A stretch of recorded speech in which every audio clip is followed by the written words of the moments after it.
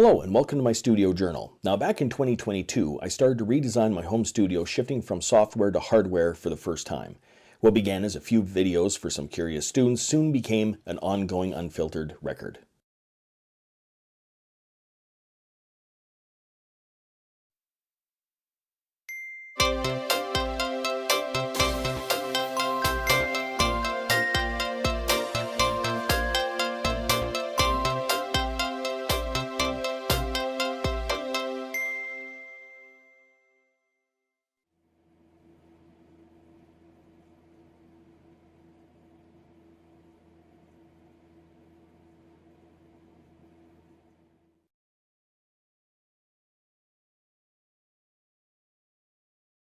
One of the plans is to start getting a little bit into modular synthesis. So anyhow, here we go to maybe start this whole process.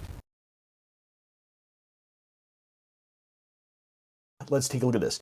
So I was kind of interested in getting into Eurorack, and well, I went down to get this bundle thing. It comes with two modules in it. It comes with a case, and the case has a whole bunch of functionality to it so that I can do kind of what I was looking at doing, which is hooking it up either to a DAW or a keyboard, that sort of thing, right?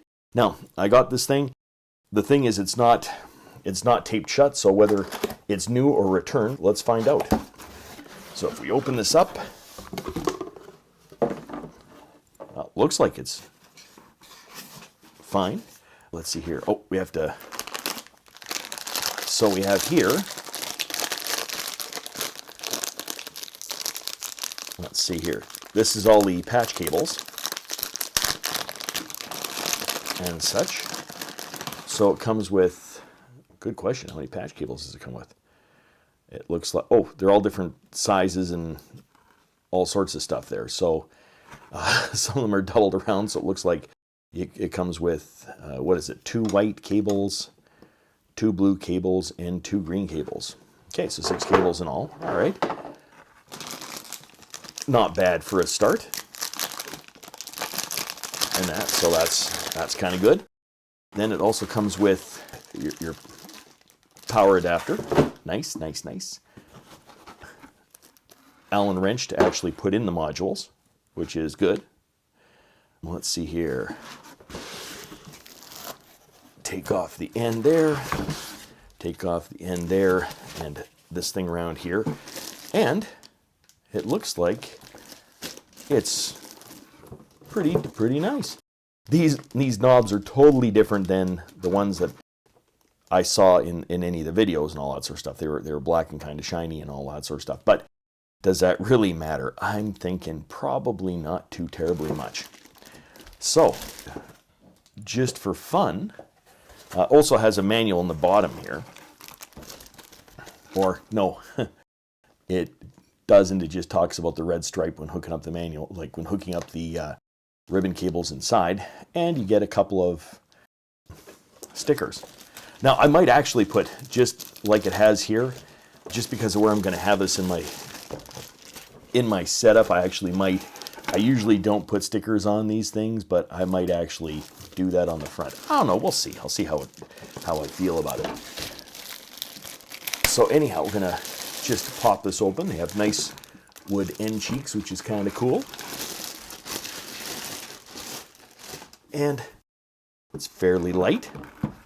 And so once again, the reason why I got this is because that way I can just put literally a couple of modules in, test them out once in a while, instead of getting a great big case. What happens if I don't like this sort of thing, right? If this doesn't appeal to me, then I would end up with a big case I would have nothing to do with and trying to sell it and all that. And the benefit of having this was that, has on and off switch, it's powered, connects to USB. You can do MIDI through USB apparently. Plus it also has the regular MIDI jacks to do MIDI through, and it has an audio out.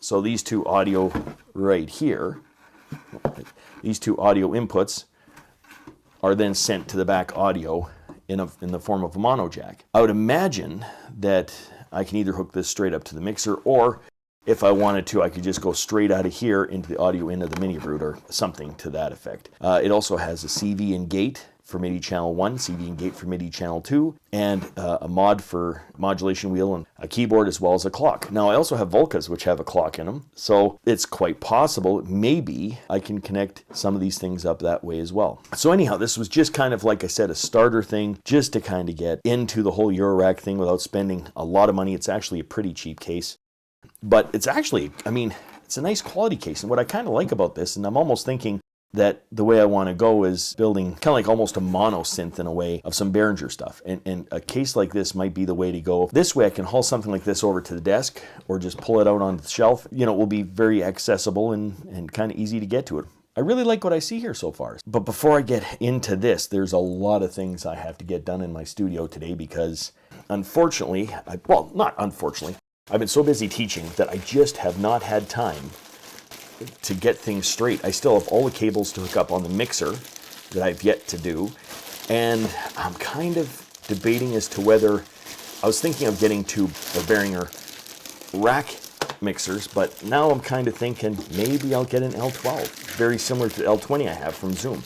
I really like that mixer. It works really great. And it would just be so easy. And it covers all the shelves in my studio.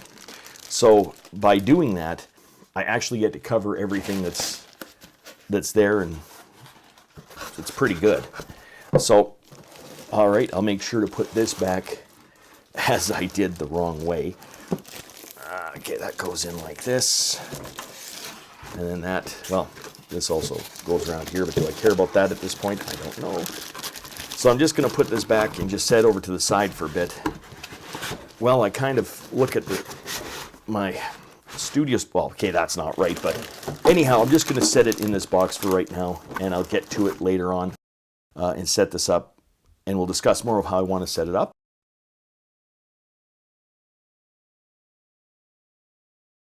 Okay, there's a big mess to clean up here. So originally the mixer was where the Panorama P1 was, down on just above the rack unit underneath the desk there.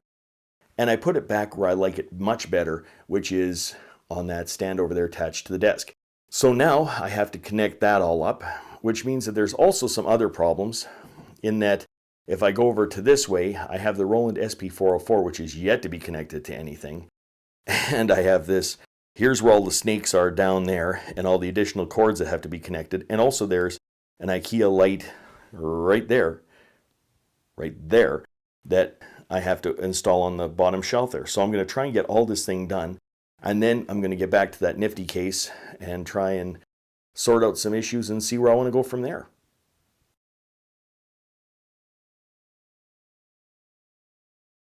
Here's the plan. This is the power extension cord that I'm going to plug into the back of the power conditioner in the rack unit so I can extend the Zoom's own plug-in a little bit in order to have it where I need to have it on that new shelf. And then I'm going to use these two, well, 20-foot snakes from Monoprice.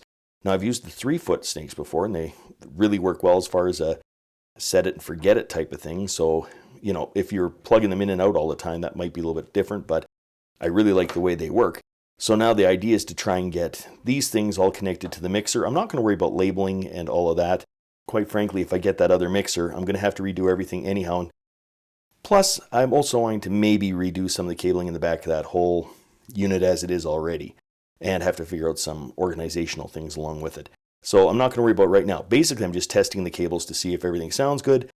If it does, then chances are I may order that other mixer in and do the same thing.